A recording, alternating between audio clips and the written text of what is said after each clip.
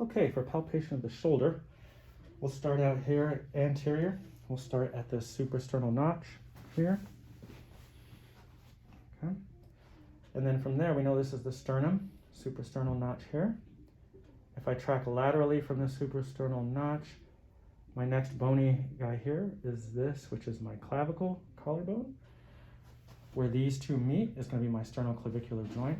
I'm going to feel for a differentiation, a ridging, where it becomes flat sternum or manubrium to the clavicle. So it'll be right here. So it'll be his right sternoclavicular joint.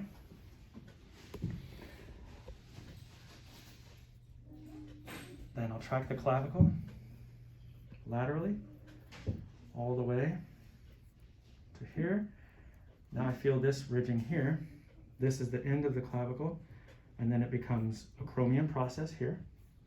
So this would be my acromioclavicular joint, where these two meet. Clavicle, acromion. Acromioclavicular joint is that space right in between. The supraclavicular fossa is just this space right here above the clavicle. Brachial plexus is in here. Scalenes are in here.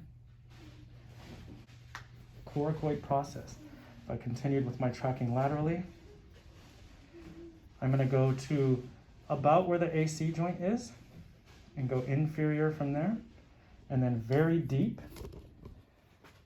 It's very tender because it's very deep, especially somebody with a lot of mass, muscle mass to them. So be gentle as you work your way in. I'm going to go inferior to the clavicle, getting in real deep there and right there. It's that bony guy. Origin for coracobrachialis, short head of biceps, and pec minor. Usually tender, so be gentle with that. Lesser tubercle of the humerus. I'm going to take the arm and passively externally rotate them. So that way I can bring that part of the humerus a little more forward, so it'll be a little easier. That is where the subscapularis tendon is going to insert on the humerus. I'm trying to get underneath there. Passively move him. Let's see if I can get around the muscle mass. There we go. Now I can feel the bone. So from there, right there, I can feel the tubercle. As I rotate into external rotation, I can feel it push into my finger. So right there is the lesser tubercle, which is also going to be where the subscapularis tendon is inserting. Bicipital groove. This is where we're going to find the long head of the bicep. We're going to try and find it in between the deltoids. So a nice way to find that is to have the patient actively flex, hold that position, and as he flexes, I can even resist, hold. I can push. As I see middle deltoid here, anterior deltoid here, in between the two deltoids, there's a groove here in between the deltoids. I can put my finger in between the two. Go ahead and relax. As the patient relaxes all the way down. Good. Now my finger should be in between the two deltoids, and I should have a better time of finding that groove.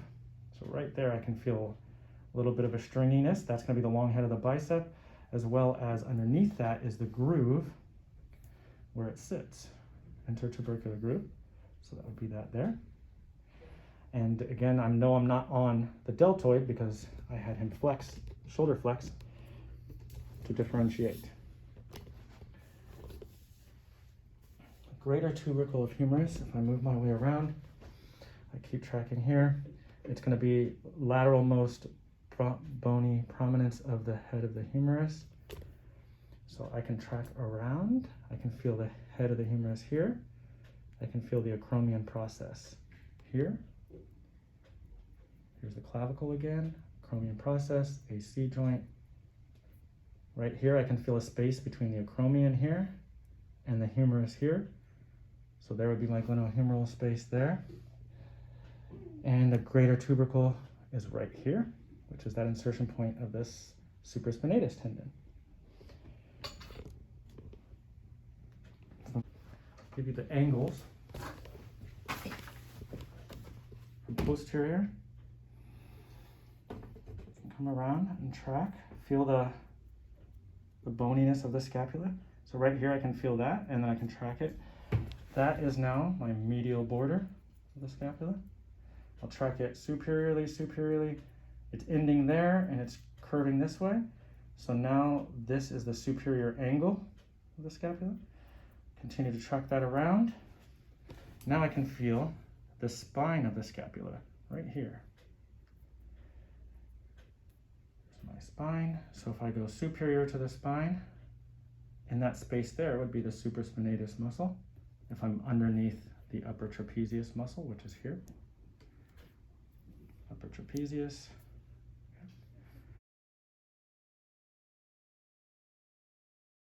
Medial border of the scapula. Inferior angle of the scapula. Track that around. Lateral border of the scapula. So track that up. Teres major here.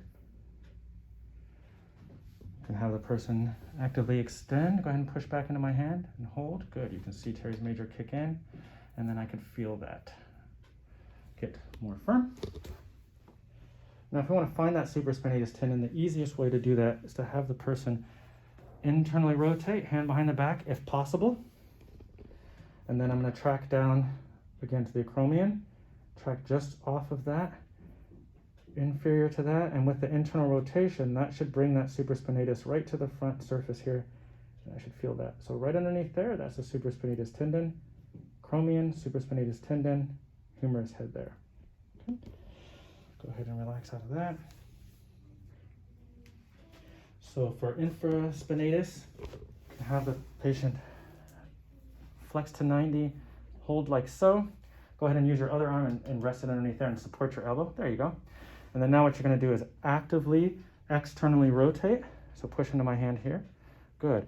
And then I'm going to track along that spine of the scapula, get just inferior to the spine of the scapula, and then externally rotate, and I should feel his infraspinatus kick in here. I know it's running just inferior to that, and then go ahead and relax, and then externally rotate. Good, and I can feel that kick in, and relax, and externally rotate. Good, so I can feel that guy kicking in for infraspinatus. Subacromial bursa is just a bursa in the space underneath the acromion, above the tissues, decreasing the friction. It's not distinctly palpable, but just know it's underneath the space here and can become inflamed. Bursitis can be very tender. Let's do middle deltoid, so can you abduct? Good, so we got middle deltoid. You can resist abduction. You can feel middle deltoid right there. For posterior deltoid, you could have them abduct to 90, resist extension, and there you could see his posterior deltoid fire really nicely right here. Let's do that again, please. Go ahead there. Good, so posterior deltoid there. You can even see his teres major kick in. Posterior deltoid, middle trap, upper trap, rhomboids, lower trap. Pretty simple, but bicep right here. You could have the resist elbow flexion. Hold here. Good, so we got biceps here, two heads. Okay, relax that. Sternocleidomastoid, that is a cervical muscle right here. So if you have the patient contralaterally rotate and then laterally flex, so lift your head off the pillow, good. We should see that guy kick in really nice. And you'll see the sternal head here and then the clavicular head right here. Okay, go ahead and relax. Good. This is pec major, the main chest muscle. So this is the main muscle belly of it. However, the pec major tendon in the shoulder is quite important. So I'm just going to passively abduct the patient and I'll support him here. This tendon right here, that is the pec major tendon. And of course you could have the person horizontally adduct, so hold there and you can see that and feel that kick in. Go ahead and relax, good. So pec major, go ahead and relax all the way. You can kind of even get underneath there and move that. You can really get a grip on the pec muscle and really loosen that. So there's your pec major tendon right there. Okay, go ahead and relax. We're going to get to the lats, subscapularis, and pec minor, but we're going to have to do that in the axilla. It's a little bit tender, so just be sure and let your patient know. So for latissimus dorsi, we're going to come here, passively abduct. We're going to find the lateral border of the scapula. So I can feel that right there. Okay. Now you want to think about moving your force in slow and deliberate like that. Don't just jam in there. Slowly. Okay. What I'm going to try and feel for is the scapular border. And then I want to imagine this is my scapula. This is my rib cage here. And you want to try and slide your hand in between the two. So I can get right here on subscap. Okay. So that's how I'm going to get to subscap. Lats are sitting out a little bit more right here. So if I get a muscle that's floating, like that one right there, you can see it twitching, that's going to be the latissimus dorsi up there. Right there. And I can have him resist extension, and that will kick that in, and I can feel latissimus dorsi there coming off the humerus right there. So then for subscap, I'm going to go underneath that guy if I can, try and get on the scapula, right in there, get right in there, on the scapular wall. Right, oof, there it is. And there's his subscap. Pretty tender, pretty tough to get to, takes a lot of finger strength. Okay, so be gentle with that. And pec minor also takes a lot of finger strength and not very comfortable for the patient, but definitely a great release when needed.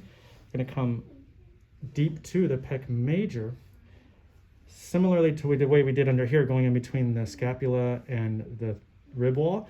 We're going to go in between the pec muscle and the rib wall.